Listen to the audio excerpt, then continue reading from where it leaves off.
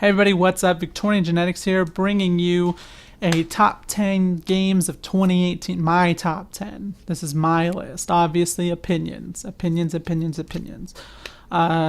Some games aren't reflected on here because I have not played them, so I can't really say they're part of my top 10 because I haven't played them. But I'm assuming had I gotten a chance to play them, they would have ended up on this list or ended up more in contention for possibly being on this list. So if you liked the video, leave a like, drop a comment, any sort of comment, your own personal top 10 or whatever else you want to do, whatever other kind of comment you want to leave. Always looking for suggestions, critiques, more games that I should play, what have you. And my beanie looks really weird. And subscribe for more content. And yeah, this list also is not in any particular order. If I were to try and order this list, it'd probably be okay enough, but it'd be a little difficult. So yeah, let's just jump right into it. So number 1 on my list is Assassin's Creed Odyssey. This game renewed a lot of my want for new Assassin's Creed games. Origins sort of hit like a halfway mark of doing that. But like Odyssey, the whole like choices are impacting the world. Like there was an instance of I chose to spare a family that was in a plague-ridden village at the beginning of the game, and like then like partway through the game here that my home island had been like there was a plague going around everywhere and things weren't great, you know, because I made that freaking decision. Like that stuff is cool. I don't know how much they impact by the very end of the game, if there's any kind of variance there, but I've been about 40 hours to the game. Really like the side questing, really like the whole fact that like quests kind of daily update like in weird ways. Like there's online stuff to it. I really like the mercenary system. Other people might talk shit about it, but I really liked the mercenary system. How like there's just these mercenaries actively going through the world, and like if you get wanted stars or Spartan helmets or whatever the heck you want to call them, you'll start having mercenaries of bigger and bigger degrees chasing after you, and it was always cool, and like it felt exhilarating when you'd like, especially you'd pull out your hawk or eagle and you'd be using it, and then like you'd see a mercenary symbol off in the corner and you're like, okay, I'm gonna scope this out. If it's a mercenary I should kill, I'm gonna kill them. And like then you'd see, oh, it's a level 50 and I'm only level 25 or whatever, and you're like, never mind, I'm just gonna go that way. Like I don't know, I really like the mercenary system, really like the choices, really like the fact that you can choose to be female or male. Alexia all the way. She's so pretty and her voice is cool, and the setting, of course, it's like one of the best settings ever. Where's our feudal Japan Assassin's Creed game though? Come on, let's go. Or the Three Kingdom War, the Romance of the Three Kingdoms from the Chinese or whatever. Is there an Assassin's Creed dealing with that? I don't think there is. Maybe like one of the 2D ones I think deals with China. But like I want a normal Assassin's Creed that's like Odyssey and Origins, but it's set in either the Romance of the Three Kingdoms or it's set in just feudal Japan. Nabunaga's ambition type stuff. Yeah, let's go. Do it. I'm getting off topic here. Yeah, game's really awesome. Renewed my want for more Assassin's Creed. Like I love the game, I love the series, but you know, it was just kind of like it was waning. I was like sitting here like, I don't need more to come out. I don't need more to play, but now I need more to play. So definitely one of my top games of 2018. I really liked all the refinements they made from the Origins formula that they had basically started. And it's really awesome, and everybody should play it. I bought the collector's edition obviously because I have to. Statue's cool as hell, and I still gotta play through the DLCs and I still gotta beat the game, but it's really, really good and everybody should play it. The second game on my list is Monster Hunter World. Like easily Monster Hunter World. Like that game is so freaking good, and playing with friends is even better. And I just really, really, really like what it did to the Monster Hunter formula, to the point where it's kind of ruined old Monster Hunter games for me. Like, they're still really fun. This franchise is still a franchise that I invest countless hours into. and I love all of them.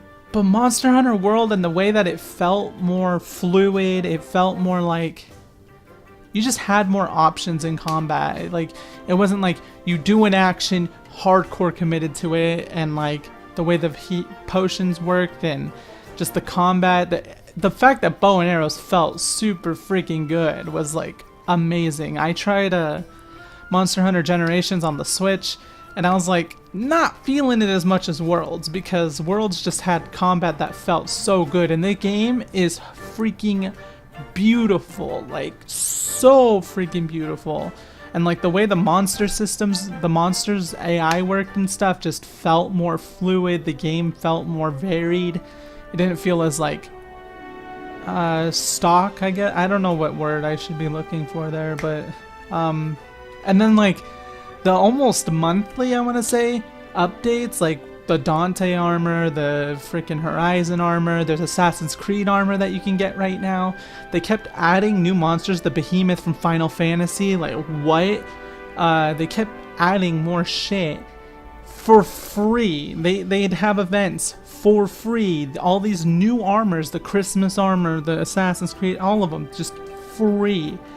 That is game development at like a super high top-notch level, in my opinion. I mean, obviously they got to make money, so I would have paid for plenty of it, but game is freaking amazing. The RPG systems in it are pretty normal Monster Hunter, but with a little bit less grinding, which I can always get on board with. Have too many games to play, let me get through it a little bit quicker, but it's still grindy. It's still the cool Monster Hunter aspects. I freaking love it. Can't wait for that freaking expansion next year. And they have the Witcher stuff going on and everything.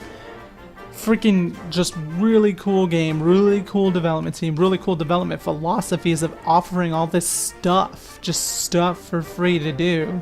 Like, even if you finish the game, more stuff would come along for you to invest, you know, five-ish hours or whatever into. And that just felt really cool and felt really good. It made just the whole series feel more like pff, and the fact is, this game made it where I could talk to my friends about Monster Hunter. Before, Monster Hunter was like a popular game, but it was very like a niche. It was a specific niche of people. Niche? Is that how you say that word? I don't know how to say that word. It was a specific like subset of people. So you didn't, it was hard to find people to talk to, but once you found people to talk to about it, it was like BAM! Instantly, like you clash immediately. But Monster Hunter World comes along and suddenly everyone is interested in Monster Hunter, and you can talk about Monster Hunter to freaking anyone. There is an entry in the series that's easily sellable to people. You just give it to them. You just tell them, buy this game and play with me, and like they will love it. If they love Dark Souls and stuff in general, especially, game just feels really cool. Game is really beautiful, feels really good. The customization is cool. Just all sorts of really, really cool options. Easily, like probably, if this list was ordered, it'd be #1 or very close to #1, like straight up. It's so hard to order this though.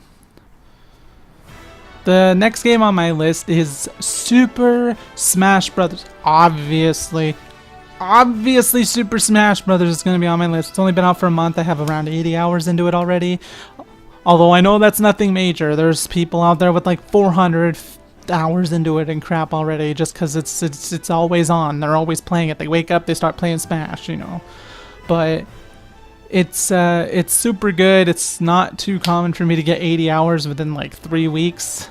The game is like probably the best in the series in my opinion. I'm not like a Melee tryhard, so Melee is probably one of the better ones to most people, but it's better than Smash 4 by a long shot.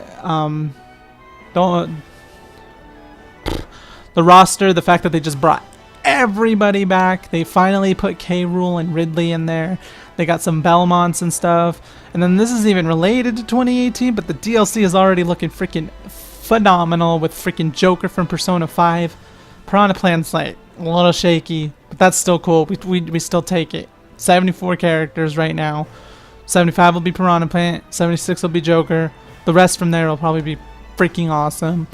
So yeah, and it's so much content for such a low price overall. Like nowadays you spend $60 on a game and you're like, oh my gosh, I'm gonna have to buy a season pass just to get a decent amount of content, and then I'll have to wait through that season pass, and there might be another season pass. Like compare Smash Brothers coming out to any other fighting game coming out, and just how much content did you get? It's the comparison. I mean, obviously other fighting games have deeper mechanics and they're a little bit easier to be super competitive in, but and then Smash Ultimate has a lot of really cool competitive changes to, like, just the whole fact that you can't run through people makes the neutral game a whole lot better, and they put in a lot of changes that brought it closer to Melee but still kept it like on a Smash 4 brawlish type level. Like it just, the whole game feels like a huge like love letter in general to Smash Brothers in general. They brought everyone back. They tried to appease as many audiences as possible by kind of mashing all the games together. The fact is we have a whole bunch of Melee players super hardcore looking at Smash 4 for like another scene to jump into. So it's definitely hitting some good nerves for people. Yeah, there's not a whole heck of a lot else to say. The only thing that kind of sucks about it is the online obviously is like a little laggy and weird, but and then Cloud, who's like one of my mains anyway. He's so much hard. He's a lot harder to play. He's fun. He still feels super cool, but he's a lot harder to play. And yeah, can't wait to see more of Super Smash Brothers.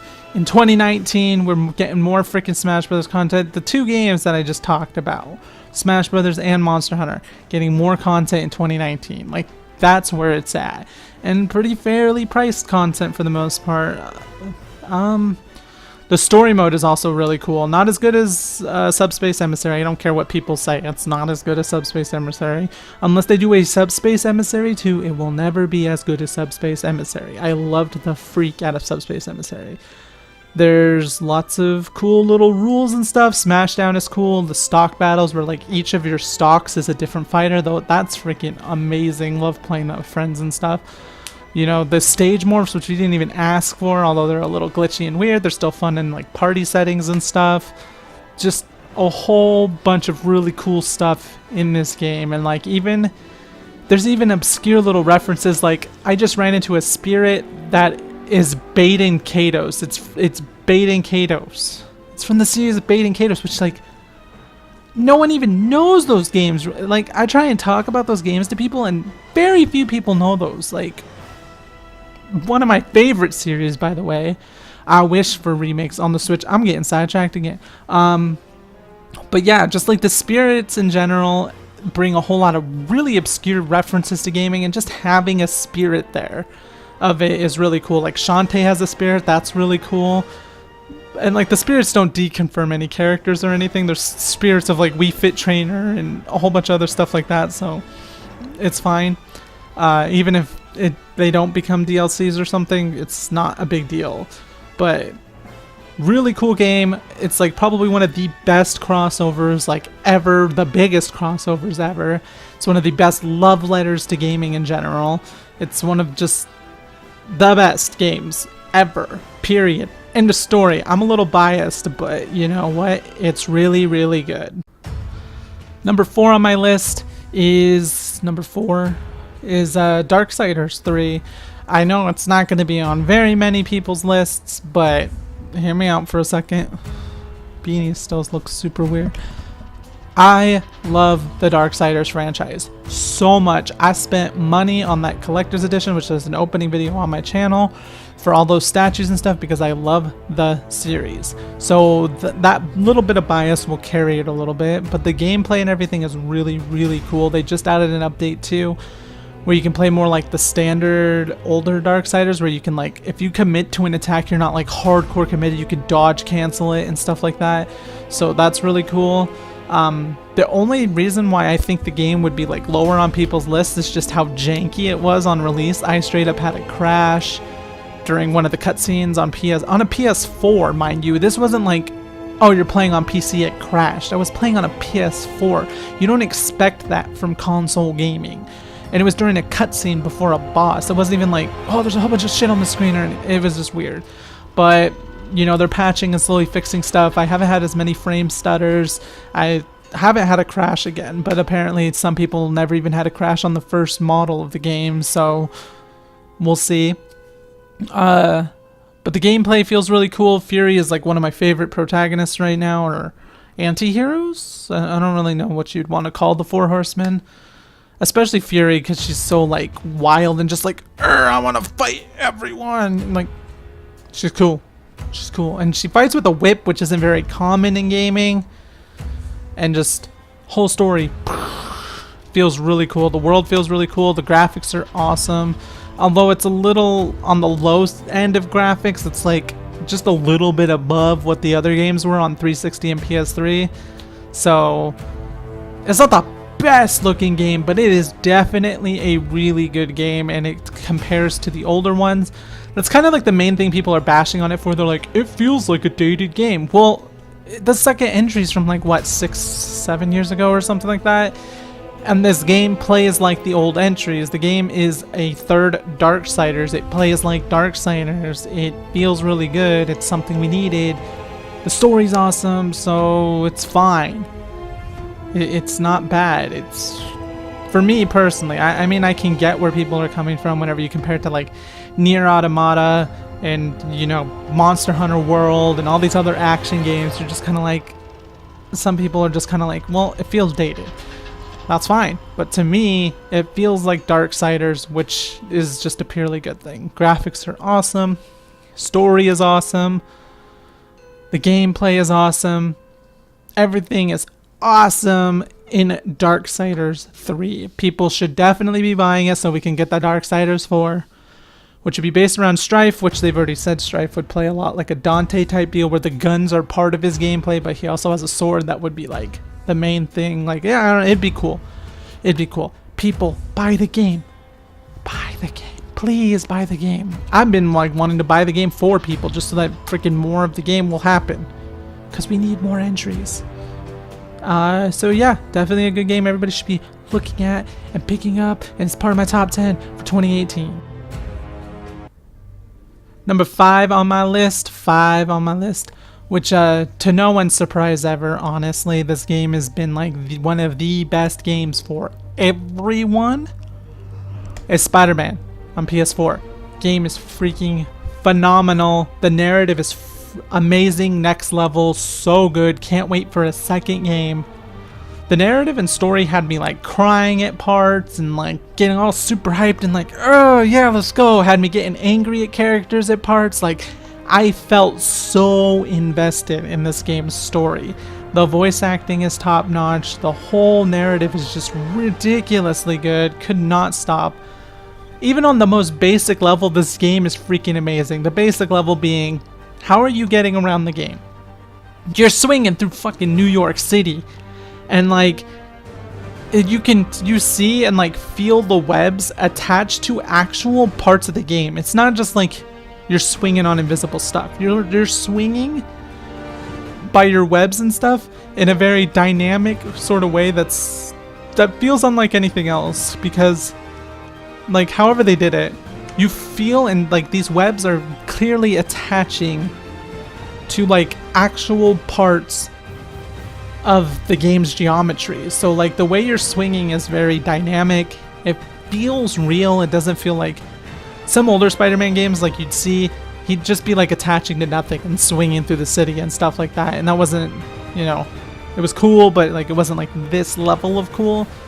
The city looks amazing, so just swinging through the city, you're just constantly like it takes your breath away looking at it. It's so freaking hype. And like the city in the game is modeled so much after actual New York City. Like there's videos and stuff of people just like filming the game, and then they like look outside their apartment window and it's like the same exact freaking one-for-one type deal. Like It's super cool.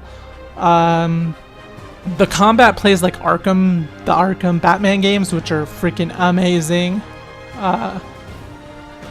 So the combat's super fluid. You're just punching the freaking heck out of people, going from one person to another, all that sort of stuff. The one slight issue, but this is like a love-hate sort of thing. I loved it, but also that's like, it's a weird subject, is the parts where you're not playing as Spider-Man.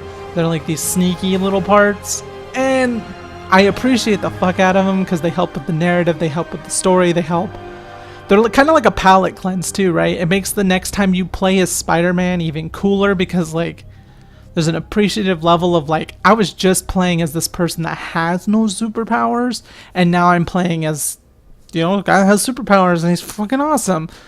It's just so cool. And then like they have all this customization stuff, like leveling up and getting new skills and stuff like that. And then there's suits that give you powers. And the cool thing is like the powers on the suits you can put on any other suit. So you don't have to be locked into a certain specific suit.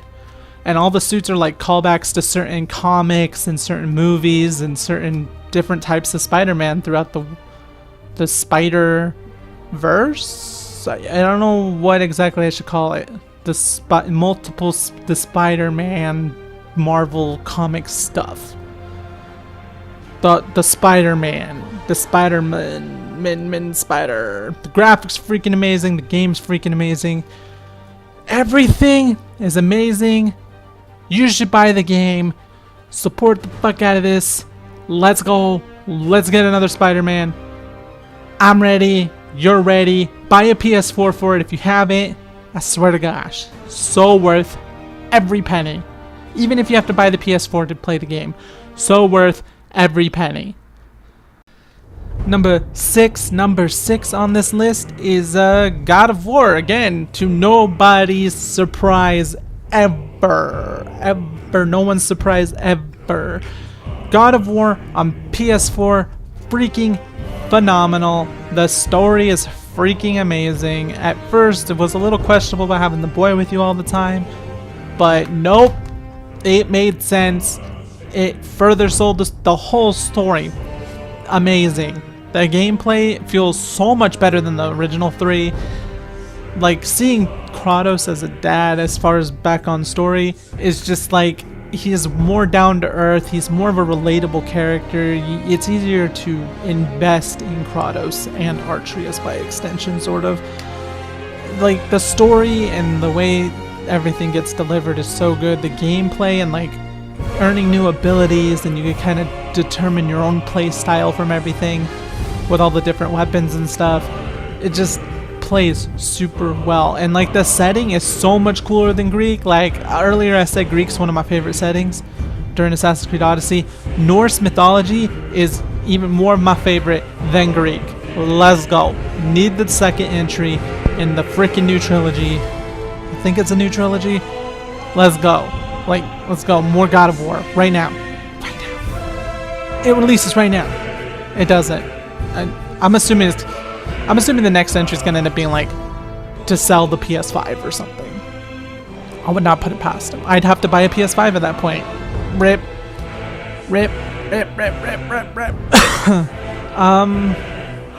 Gameplay is good. Sound design was freaking really good. The graphics, like as you're going through all the different areas of the world, like just constantly I would stop and just stare at stuff. Which, I mean, that's kind of a common thing of a lot of this list. It's just like, it's my top 10 of 2018. They all have very common reasons why they're in the top list. The top of the top, you know? Game just feels really good. Combat feels really good. It gets difficult when it needs to get difficult. It's not too horribly difficult though. It's simple enough. I have a playthrough going on my channel. There was like one part in particular that kept kicking my ass, but feels really good. Story's really good. Graphics are really good. The mythology and everything is really good. I like how like the mythology of the world is still normal, but they kind of just like mished and mashed and molded Kratos into it, which is what they did sort of with the Greek.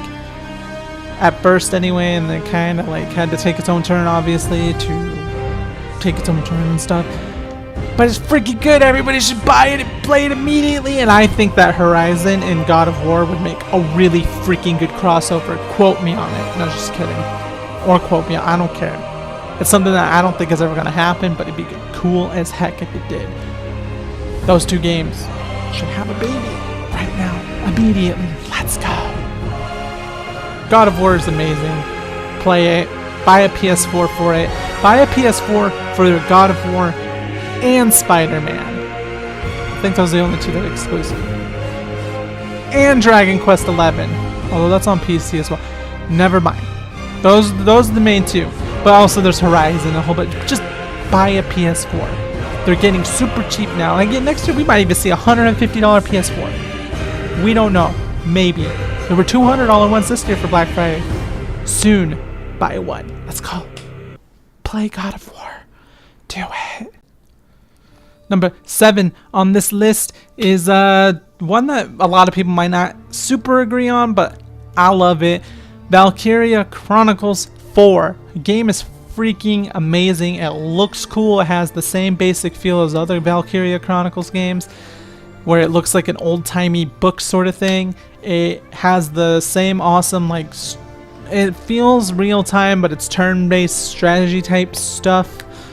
It's very deep on the strategy, very deep on the cool. It's also on the Switch, which means you could take it on the go. Just like do a turn, shut it off, do a turn, shut it off. Whatever the heck you need to do, you can do it. The characters feel a lot cooler than other Valkyria Chronicles games for me, because like they're even more anime than the anime that was already anime, you know? So like they seem cooler. The story is more intriguing. I feel more invested in this story than another Valkyria Chronicles game stories. Just really, really cool game, and I really, really hope for more of them, honestly. Like, Revolution wasn't that great, it's whatever. But 3 on the PSP, or PS Vita? I can't remember which one 3 came out on, and then 2 and 1, those were all really cool, really fun, but 4 is hands down the best one. Just feels really good, the combat's really good. There's not like a whole heck of a lot to say about it, because it's been a long ass time since I've played any entry in Valkyria Chronicles as far as the main series goes, so it's really hard for me to pinpoint like what exactly is different and better about it. It looks better, I can tell that much. The combat for some reason feels better, and then like all the various ways to upgrade your units and, you know, make them better and make your battalion better and all that sort of stuff, just it all feels better. But I need to go replay the other games to exactly tell why it's better. The game is cool, people should buy it. It's on like I think everything. I think it's on Xbox, PS4, Switch, and PC. Buy it and play it on a. I mean, if you have to wait for a sale, wait for a sale. But the combat is like turn-based action type stuff. Like you go and you click your units, so it'll pop up to your turn. You go, you click your units, and you move them individually, and you fire at enemies and stuff. And then you make sure you do it smartly, of course. And then it goes to the enemy's turn, and they do the same. And you just kind of go until you complete the objectives and stuff. Feels really cool. It is really cool. The unit types and everything. It's really, really, really, really cool. Really cool. You should play it. Let's go. Number 8 on my list is Starlink, which I wasn't really expecting to throw this on my list. I wasn't even ever expecting to buy this game. Okay, but I heard a lot of word of mouth that it's really cool, and the reason why a lot of people are talking about it is because you don't have to invest in the Toys to Life side of it. You can just buy the deluxe version for $80 and go, right? But I got this $20 gift card for Christmas, and I was like looking through the eShop, found the deluxe version for $40. The deluxe version gets you everything. So obviously I was already thinking about picking up for $80, but it was gonna have to wait a little while. But for $40, yeah, I'll pitch in another $20 to my eShop gift card and buy it right now, and let's go. And this game is freaking awesome. Play it on the Switch if you can, because the way Star Fox's team is kind of blended into the story, and it's another Star Fox. It's a successor to Star Fox, basically. And Star Fox and his team look really cool in this. The R-Wing's cool. And like, if you buy the deluxe version, you just get access to all of the stuff. Even if you buy the starter pack and like you get a few ships and stuff, you can still buy ships as DLC. You don't have to buy the actual ships themselves, although that would be really cool to have. They're just pretty pricey and they look really cool, so it, like, the price is warranted. But yeah, the gameplay is really cool. It's not even just like, it's not even like it plays like a standard Star Fox game where you're going level through level through level. You're in your ship and like you land on a planet. So you, like, while you're in space, you can see all the planets like around you and stuff, and you have to go to certain planets for certain quests and stuff. So you just hyperdrive to it, and like you'll have bandits and stuff show up on you and shit. And like once you land on the planet, you initiate like this land mode where you're basically flying your ship on the land, and enemies pop up and you fight enemies, and like there's stuff to gather and everything. And then there's quests to pick up like from people that are stationed in stations and stuff around the whole area. Like it's an open world RPG in ships. It's really weird, but really freaking cool. And then like, I don't know, it's just really cool for some reason. I don't know why. The boss battles feel really cool. The gameplay feels really cool. The graphics are pretty cool. I haven't been able to play it on my TV because my TV, as you can see, it's a different TV than usual. It displays my Switch in all tinted green, so I can't play games on my TV right now for my Switch. So I have to play it on handheld. It still looks cool in handheld. I'd love to see it on my TV and see how that looks. But it plays cool. The controls are cool. There's like some little nuanced control type schemes to it and stuff. It just, all the pilots are cool. There's a whole bunch of character to all of them.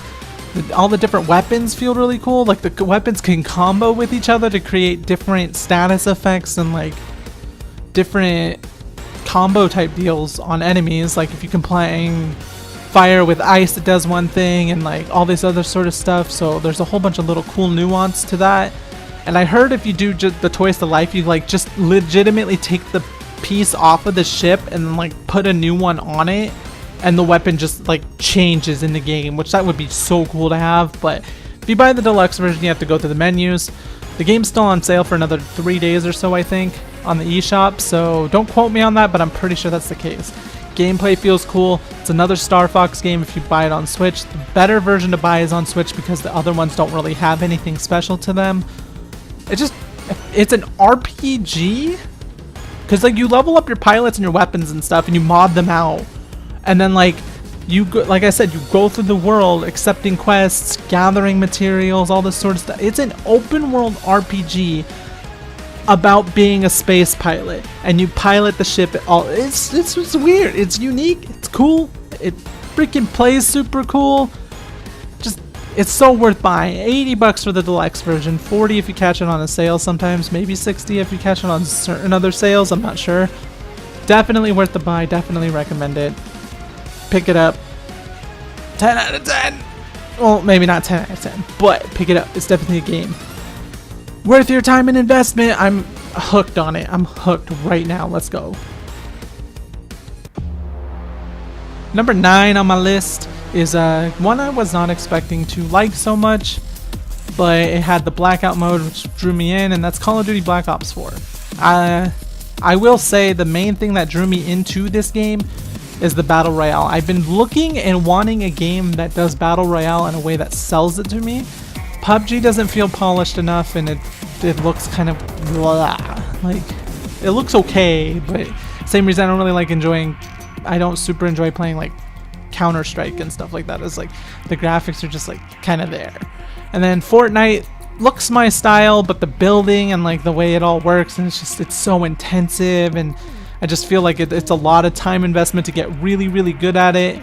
And like, I don't know, it just, I like investing time to get good at stuff, but Fortnite as a whole was not my cup of tea for what I wanted to invest in. It felt more like just a party game, just like fucking around, whatever.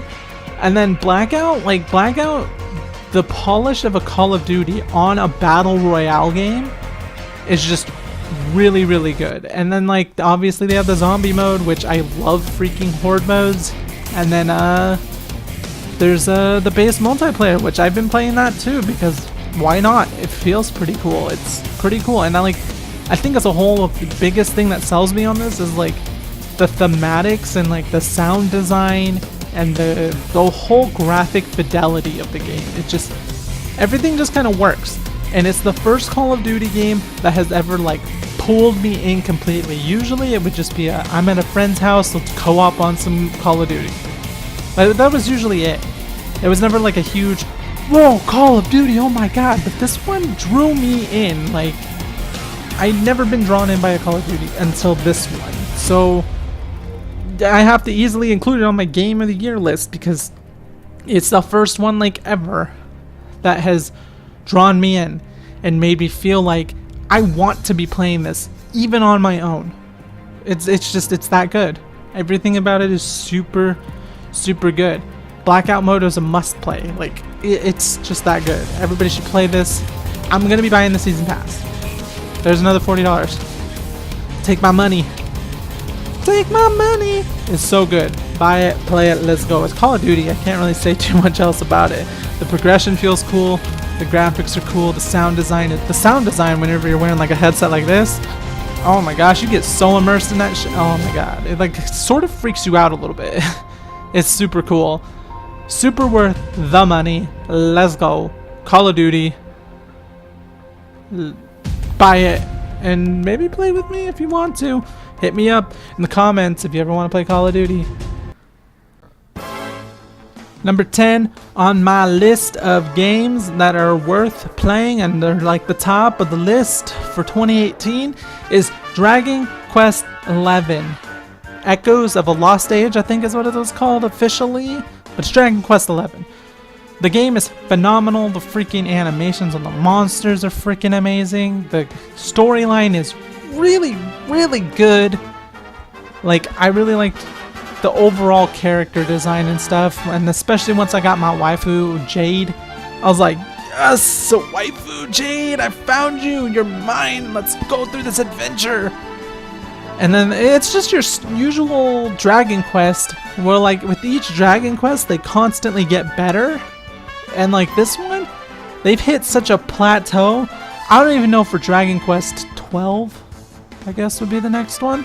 I don't even know how they improve once they hit that point. Like, the main character was cool. Like, the graphics on this game are freaking amazing. There's a horse you can ride, which is like, I'm pretty sure a first for the series. Like, and the monsters had so much unique animation to them in the freaking battles and stuff. And like, there was emotions to the monsters. There was just like, everything just looks so top notch. And like, it's just a really good entry, probably the best entry. I mean, Dragon Quest 8's pretty damn good too, but I don't know. Dragon Quest 11 is worth every freaking penny to play. I played it on PS4. I got it the day it came out. I got these cool little collectible pins with it and stuff. It was just super worth buying. I would replay it. Everybody should play it, hands down. Like, play this game. Go. Play the game. It's RPG goodness. The story delivers in ways that you would not even expect, and the voice acting is really good on it. I really like the voice acting on it. And just everything is good. It's a really good RPG. I don't know what else to say. It's amazing. Play it. Let's go. Play Dragon Quest. Dragon Quest. Like that. Dragon Quest. Let's go. Play it. Freaking amazing. Graphics, the sounds, everything just, it has all these subtle little callbacks to older entries. The music is your standard Dragon Quest affair, but like remixed and made more 2018. I don't know how to word that. The combat feels the same as usual, but it's like updated. There's like your characters can enter like this fury mode, and that from that fury mode you could do like chain attacks. Then they have these big cool cinematics to these chain attacks that is just like, you want to see every single one of these chain attacks. So like, it's just really cool. The game is freaking amazing. Play it. I promise you will not be disappointed. Really good game. Let's go. And that's my list for 2018. Really good year, full of really good games, especially storyline wise. A lot of these games just like so good. Yeah, be sure to leave a like, comment, and subscribe. Any sort of comment, even like your own top 10 lists and stuff, because I'm always looking for more games to play and more games that, and I won't like to converse with y'all and stuff. Let me know critiques, you know, opinions, whatever you want to talk about. Let's go. Let's have a conversation. I will catch y'all next time. Peace out.